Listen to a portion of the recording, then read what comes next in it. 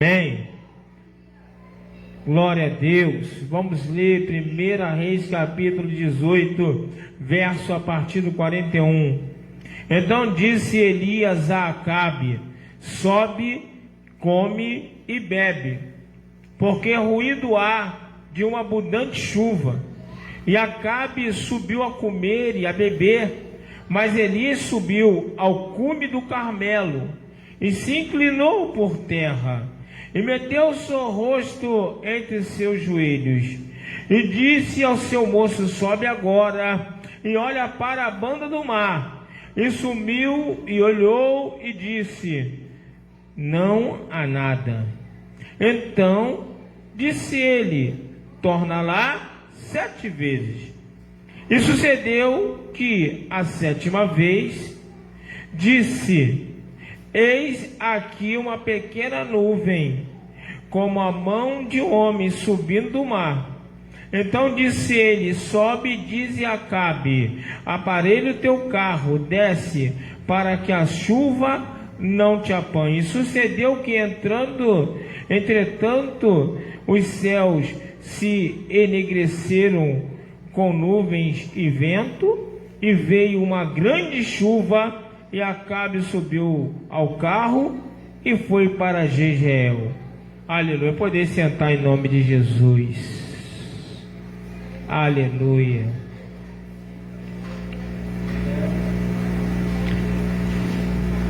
Eu não quero muito hoje me atentar, eu não quero muito hoje me prender ao fato da história. Eu vou dar uma explicação rápida, porque muita gente não conhece, mas a leitura você procura ler depois em casa e você entenderá melhor. O fato é que esse povo, eles estavam vivendo um tempo de escassez, eles estavam vivendo um tempo de seca na terra, e as dificuldades eram muitas. E aí chega nesse texto que nós acabamos de ler. Elias, depois dele se debater com os demônios, com os profetas de Baal, Elias, ele profetiza e manda avisar Acabe, dizendo: olha, a chuva vai chegar. Olha, se prepara, porque a chuva já está vindo. Só que tem um porém. Não tinha chuva nenhuma. Acabe falou aquilo que não existia. Acabe falou de uma coisa que não cabia a ele. Elias falou uma coisa que não cabia a ele. Porque o tempo, quem comanda é Deus. Elias não tem poder sobre o tempo. Mas Elias, ele manda um recado para Acabe sobre algo que não dependia dele e sobre algo que ele não estava vendo.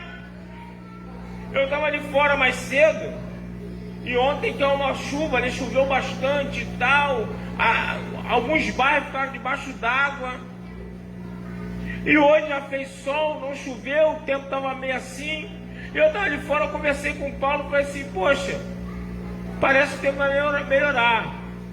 Aí o Paulo falou assim: mas eu acho que vai chover. Aí eu falei: pode chover, mas parece que está melhorando. Aí nós ficamos: vai chover, não vai chover.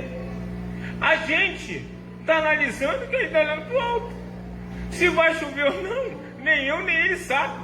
Por quê? Quem sabe que vai chover é Deus, né? Até agora não choveu nada. A previsão do tempo anuncia que amanhã é sol. Mas quem sabe se amanhã é sol mesmo é Deus. Quantas vezes a previsão do tempo ela falhou, e a previsão do tempo ela tem equipamentos poderosíssimos, caríssimos, milionários, para analisar como é que está o tempo. E muitas das vezes ela erra o tempo. Muitas das vezes ela falha. Por quê? Porque não tem domínio. Por mais que o equipamento seja caro, por mais preciso que seja o equipamento, ele não é Deus. Quem sabe o que vai acontecer e deixar de acontecer é Deus, né?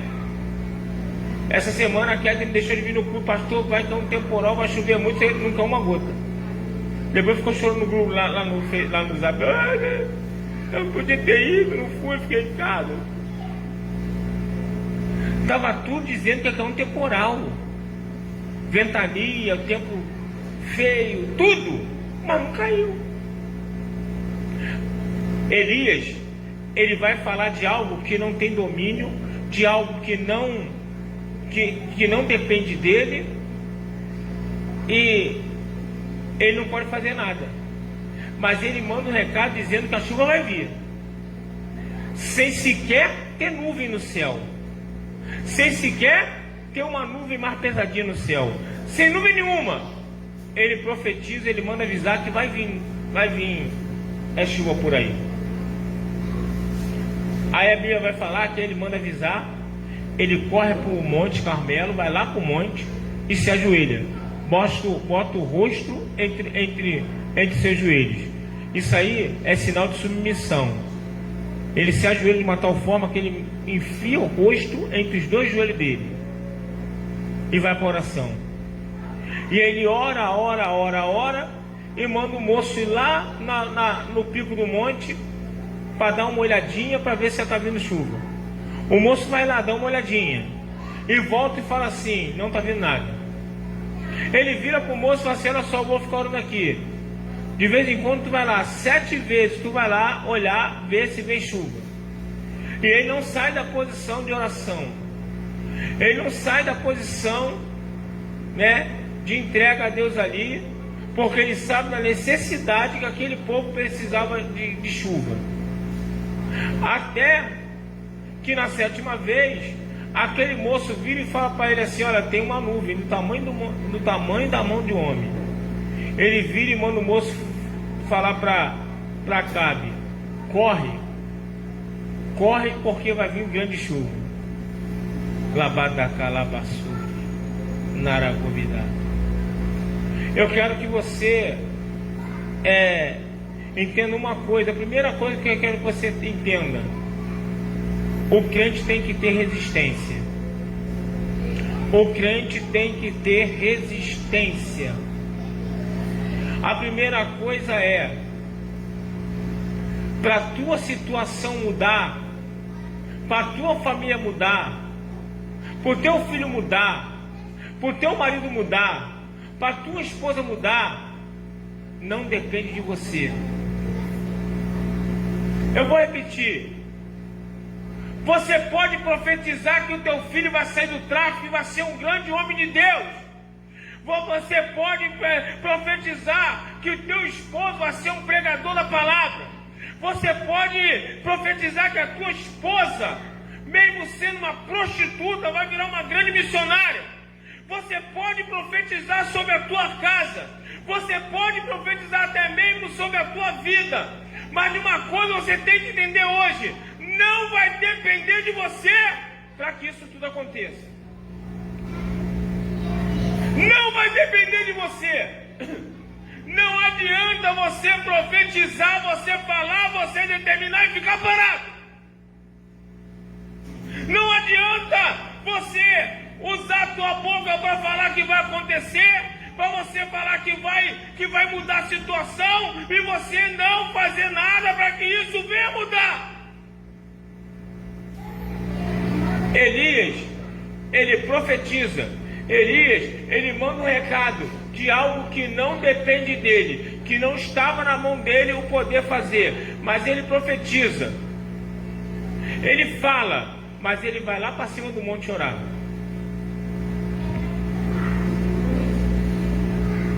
O que você tem que entender nessa noite é que não adianta falar e não fazer nada.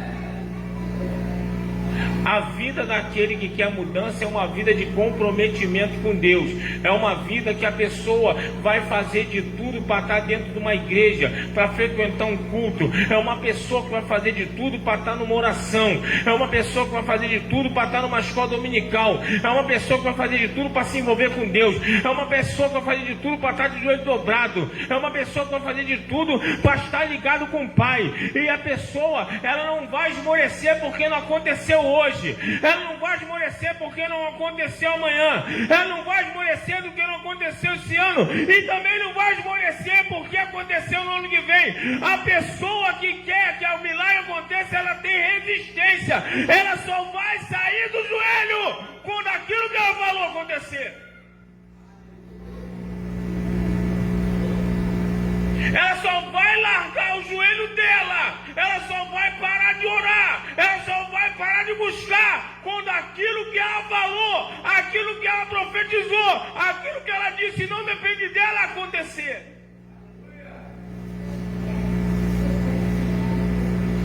Tem que ter resistência. A Eliane conta uma história aqui que nós presenciamos na igreja que nós viemos. Uma senhora de 89 anos foi carregada para a igreja porque ela falou que não podia perder de ver o marido dela de 90 e poucos anos se batizar, porque ela tinha orado 70 anos para o marido dela se converter. A mulher não perdeu o marido para o diabo, para o mundo. Ela ficou 70 anos orando pelo marido para chegar no final da vida ela ter o prazer de ser carregada, porque não andava mais, para poder ver o marido descer nas águas. O crente que quer vitória, ele tem resistência, ele não vai desistir por causa da dificuldade.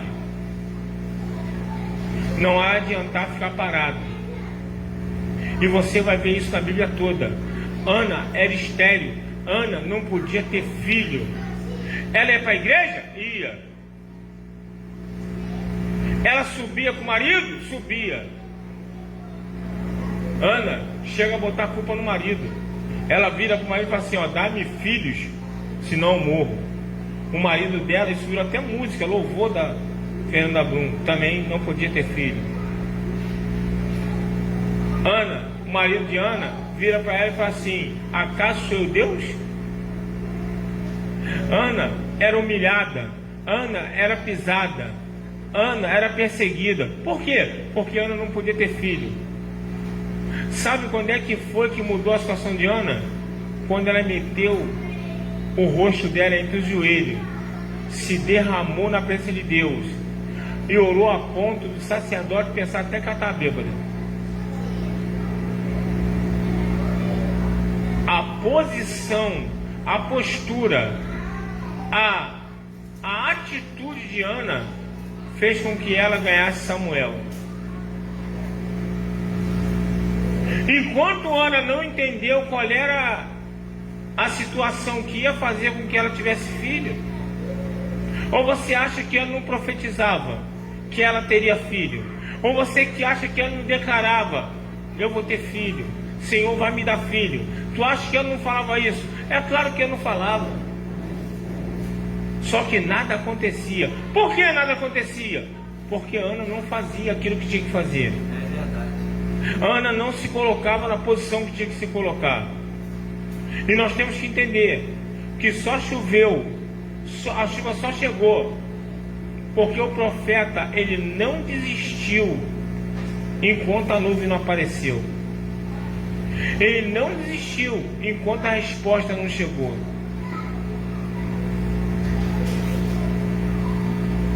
Esther, uma mulher que virou rainha, iriam matar o povo dela. Estava tudo pronto para o inimigo acabar com todo mundo. Qual foi a atitude de Esther? Chamar seu tio e mandar todo mundo jejuar e orar.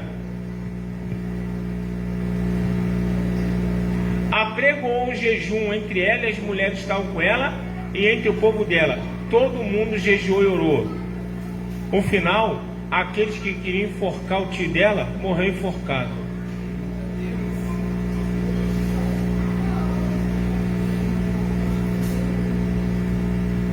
Todos aqui têm alguma coisa que precisa que aconteça na vida. Todos aqui precisam de alguma coisa da parte de Deus que muitas vezes não depende de você. Muitas das vezes não depende de você. Mas você declara, você profetiza e não vê acontecer. Sabe por quê, irmão? Porque tem que falar, você tem que acreditar, mas você tem que ir para o joelho. Você tem que orar. Você tem que clamar. E você não pode sair, você não pode largar enquanto aquilo não acontecer. Nós temos que ser igual Jacó, guerrear, lutar com anjo. Absurdo aos olhos humanos. Quem é que pode lutar com anjo? Mas quem está precisando luta. E fala para o anjo: eu só vou te largar quando tu me abençoar. Eu só vou te deixar quando você me abençoar. Mesmo que eu saia mancando, mesmo que eu saia ferido como ele saiu, mas eu saio abençoado dessa história. É a noite de Santa Ceia. E a noite de eu entender qual é o passo, qual é o caminho que eu preciso para a minha vitória acontecer, para o meu milagre chegar. Eu tenho que entender que para as coisas mudar na minha casa, eu tenho que entender que para as coisas mudar na minha família, na minha vida, eu dependo da parte de Deus. Eu tenho que entender que eu não posso ter o privilégio de não estar numa igreja, de não estar num culto, de não buscar Deus, de não ler a Bíblia, de não fazer uma oração. Eu não posso ter isso. Aquele que precisa de milagre, aquele que precisa de mudança, ele tem que estar inserido naquilo que Deus requer dele. Ele tem que estar assistindo o culto. Ele tem que estar dentro de uma igreja. Ele tem que estar debaixo de uma oração. Ele tem que estar. Mesmo que as coisas estejam tudo dando errado. Mesmo que nada que você tenha falado você esteja vendo. Na 7ª ida do moço, é que ele viu uma nuvem pequenininha, do tamanho da mão do homem. Na 7ª ida do moço. Imagina o profeta orando, o moço vai lá e ora nada. Aí o profeta orando, o moço vai lá e nada. E o profeta orando, o moço vai lá e nada. Resistência.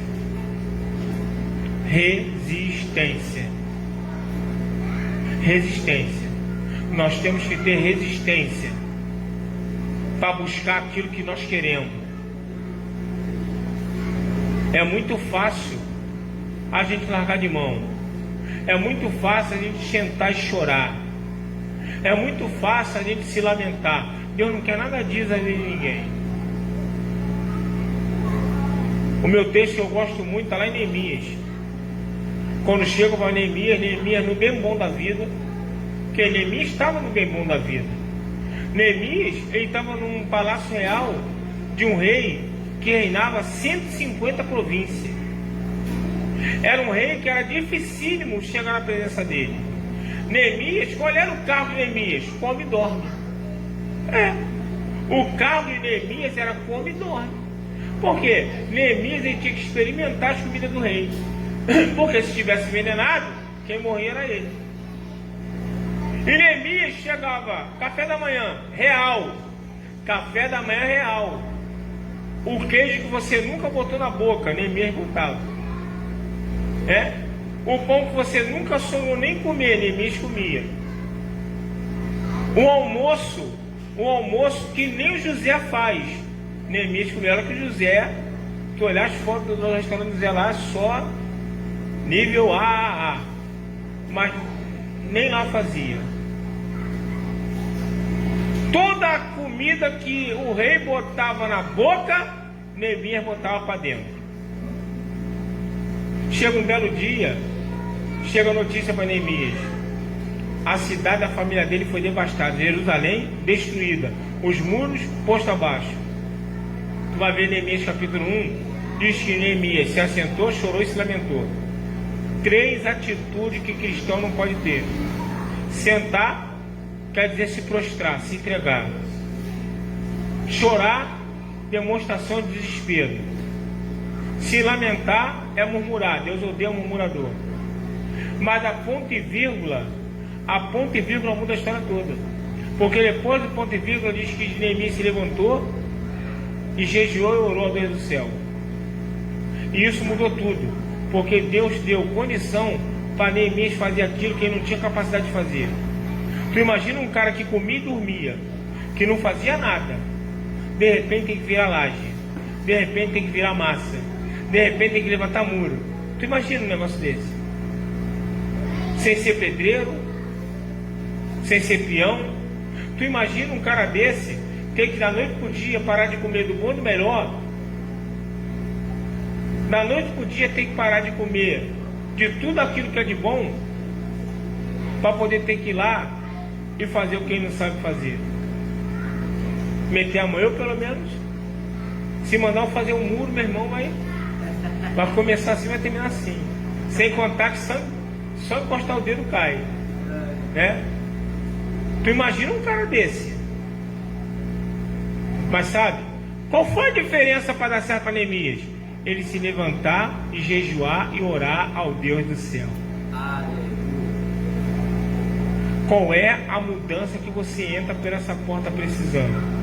Qual é a bênção que você precisa da parte de Deus? Qual é o milagre? Começa você tendo resistência. Nós temos que ter resistência. A nossa resistência faz a nossa vida mudar. A nossa resistência faz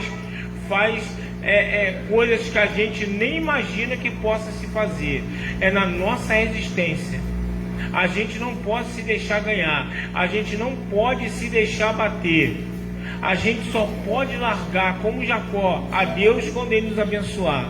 A gente só pode sair do joelho quando aquilo que sai da nossa boca, aquilo que a gente profetiza acontecer na nossa vida. Tem muitos louvores aí que não são verdade bíblica. Tem louvor que diz que, muito bonito, conheço a pessoa, congregou comigo, Nana Azevedo, que diz: eu não morrerei enquanto o Senhor não cumprir em mim todos os planos que Deus tem para mim, né? Que as promessas de Deus vão se cumprir. Vai no cemitério, tem uma porção de gente morta, cheia de promessas, e morreu. Sabe por que morreu? Porque faltou resistência.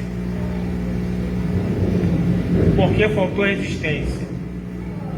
Não vai nessa que, né? Eu já estou em pregação de assim: eu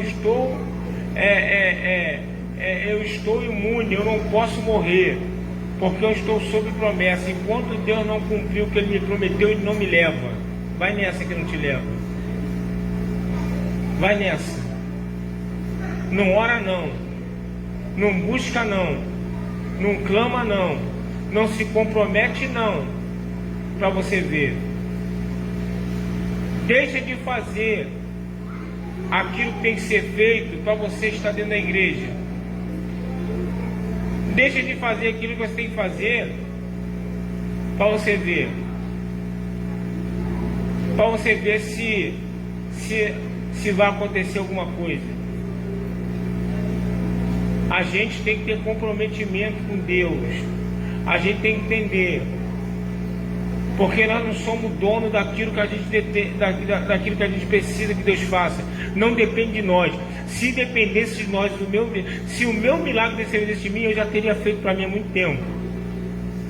Mas o meu milagre e o teu milagre não depende de você. Depende de Deus. E a nossa boca, a gente proclamar isso, não vai mudar a nossa situação. Nós temos que ver os exemplos da vida que a vida nos dá, né? Como eu falei aqui, essa semana parecia que é temporal, parecia que ia chover, não choveu. 2 dias depois, me manda mensagem a Catherine, chorando de dor. Ai, tá dando muito no meu estômago, ai, tá dando muito. Orei na hora, pelo telefone orei. A dor passou. Ela teve os problemas. Tudo depois de não ter vindo ao culto no dia que não choveu e pensou que ia chover. Aí não veio no culto porque pensou que podia adoecer alguém. Ela não veio e adoeceu geral. É assim que Deus ensina, irmão. É assim que Deus faz. Não vai no culto que vai chover, tem criança pequena, não pode e tal, e pode cair doente, pode não sei o que, pode não sei o que lá. Aí o que acontece? Não chove, aí não vem no culto porque estava realmente com o maior cara. Irmão, 99% de chover naquele dia. 99%, um vento forte, o tempo todo feio, relâmpago, tudo para chover, e não choveu. Porque não podia sair com criança, porque podia pegar doença. Passou o culto, todo mundo, inclusive ela, não ficou bem. Eu tenho que me esforçar, eu tenho que ter resistência para conseguir que a vitória chegue. Aleluia! Eu tenho que ter. Eu tenho que entender que por mais difícil que seja aos meus olhos, por mais difícil que seja para mim, eu tenho que entender que para acontecer aquilo que sai da minha boca, o meu jeito tem que estar dobrado. Eu tenho que estar orando sem cansar. A Bíblia fala que eu tenho que orar sem cessar. É a Bíblia que fala: orar sem cessar. O que é orar sem cessar? Não para. O milagre não aconteceu, não para. O filho está no tráfico, não para. A filha está na prostituição, não para. O marido está no mundo, não para. Não para. Não para. Só para quando Deus fizer um milagre. Só para quando aquilo que você profetiza aqui sai da tua boca acontecer. Enquanto isso, tenha resistência. Tenha resistência. Eu peguei aqui no outro dia. Deus não gosta de filho medroso, covarde. Deus não gosta de filho mimado. O que Deus quer é guerreiro. O que Deus quer é filho resistente. Que resista à dor, que resista à dificuldade, que resista aos problemas, sabendo que não depende dele, mas Deus é poderoso para fazer milagre. Se coloque de pé em nome de Jesus. Que eu vou orar por você. Eu vou orar por você, porque não é fácil, não é mole, porque é muito fácil. É muito mole falar quem está de fora. Só você sabe do teu sofrimento. Só você sabe daquilo que você enfrenta. Só você sabe da dificuldade que é, de repente, uma mãe sai da igreja, passar no beco e ver o filho com fuzil. Só uma mãe sabe o que é isso. Só uma mãe sabe o que é ter uma filha na prostituição. Só uma mãe sabe. Só um casal sabe a dificuldade que tem passado, tem enfrentado. E não é fácil para ninguém. Mas aquele que resiste, aquele que tem resistência, vence. Aquele que tem resistência, vence.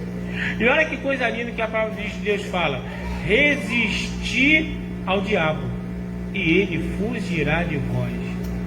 Olha como a resistência ela é importante na vida do servo de Deus. Resistir ao diabo, e ele fugirá de vós. Na resistência a nossa vitória chega.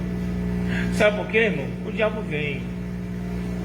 O diabo vem, o desgraçado vem. Não adianta que ele chega.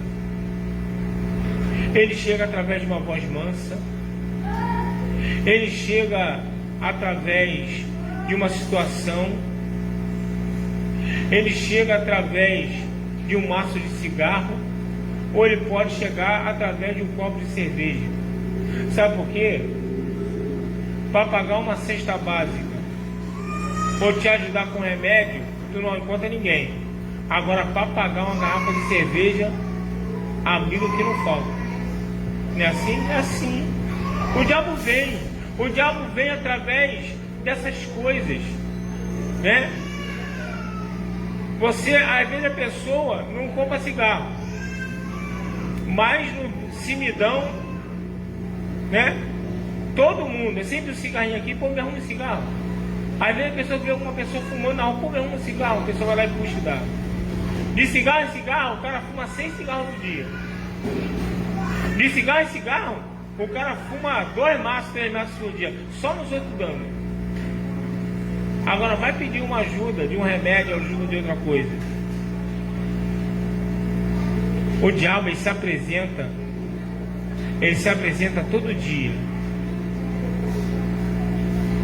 E a gente tem que resistir a ele, para ele fugir de nós.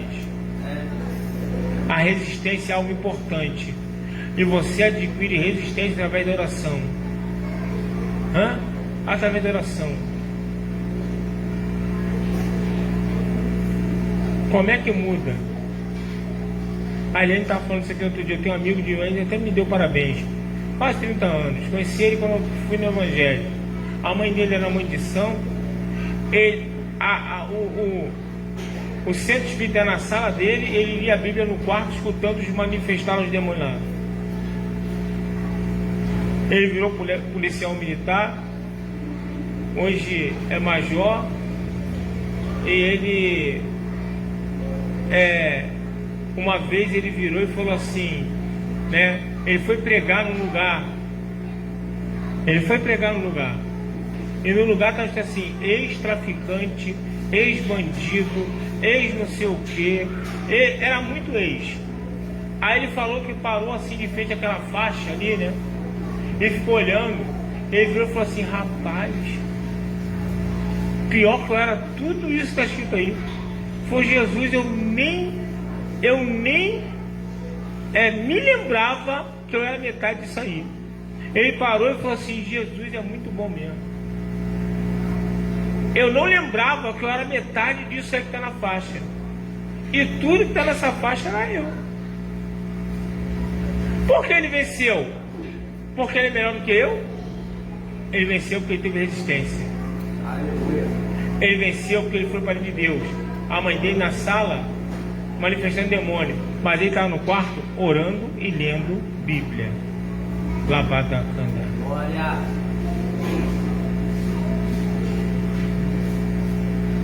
Hoje nós vamos sair daqui resistentes.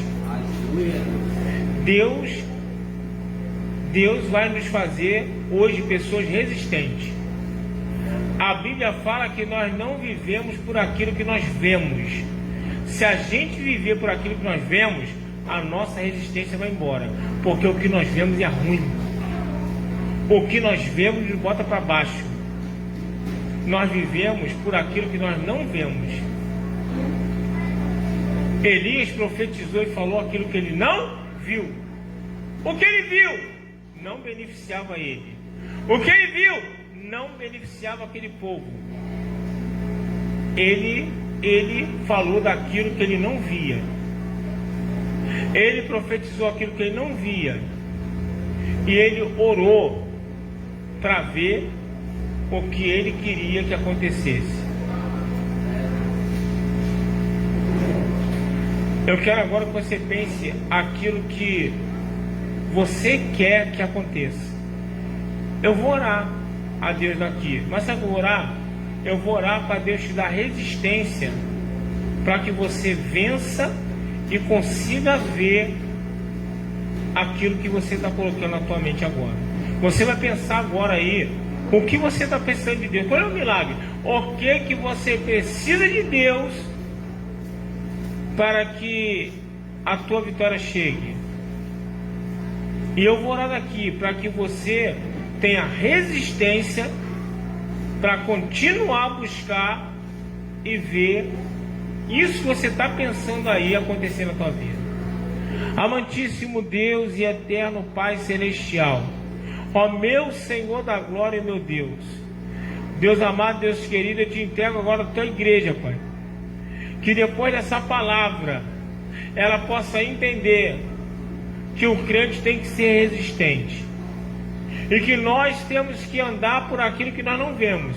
Então teu povo agora, teus filhos agora, eles estão pensando em alguma coisa que não depende deles, alguma coisa que eles não podem fazer, mas tu podes. Ó Deus, então, ó Pai, cria nos teus filhos resistência para que eles possam chegar e alcançar aquilo que está no pensamento deles. Senhor, eu abençoo a cada um aqui antes dessa santa ceia. Eu abençoo a cada um aqui, ó Deus amado, Deus querido, em nome de Jesus, ó Pai, e que nós possamos testemunhar que vencemos e conseguimos e chegamos por causa da nossa resistência. É o que nós pedimos em nome de Jesus. Amém e amém.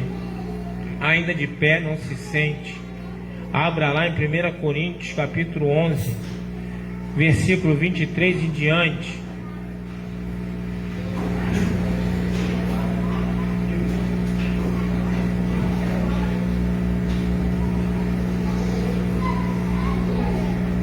Primeira Coríntios capítulo 11, versículo 23. Todos aqueles que estão em comunhão com as suas igrejas, né, estão aptos a participar da Santa Ceia, né, da mesa do Senhor, né? É você com Deus. A nossa irmãzinha que está vindo aí, você está, amém? Você é bem-vinda a participar conosco aqui, amém? Sua igreja, você está liberada diante do seu querer de participar.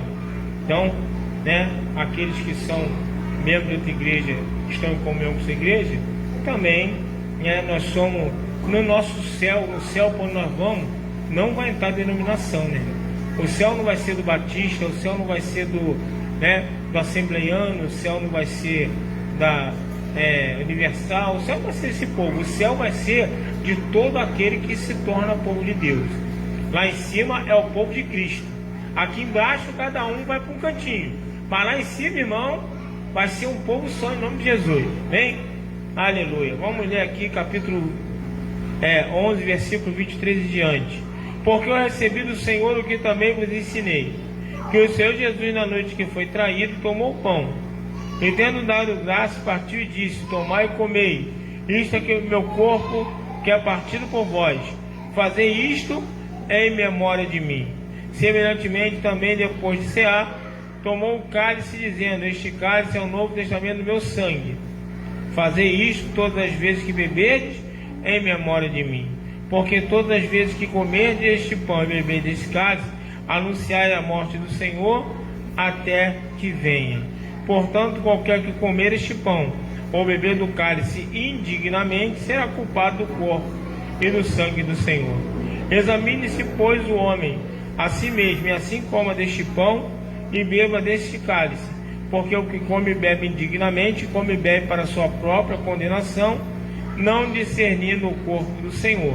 Por causa disso há entre vós muito fracos e doentes, e muitos que dormem. Porque se nós nos julgássemos a nós mesmos, não seríamos julgados.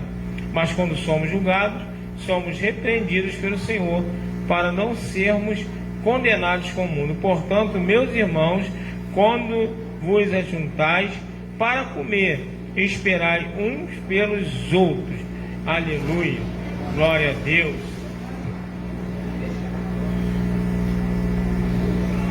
Aleluia. Podem sentar em nome de Jesus. Aleluia. Enquanto nós vamos preparar aqui para orar, amém? Na mesa.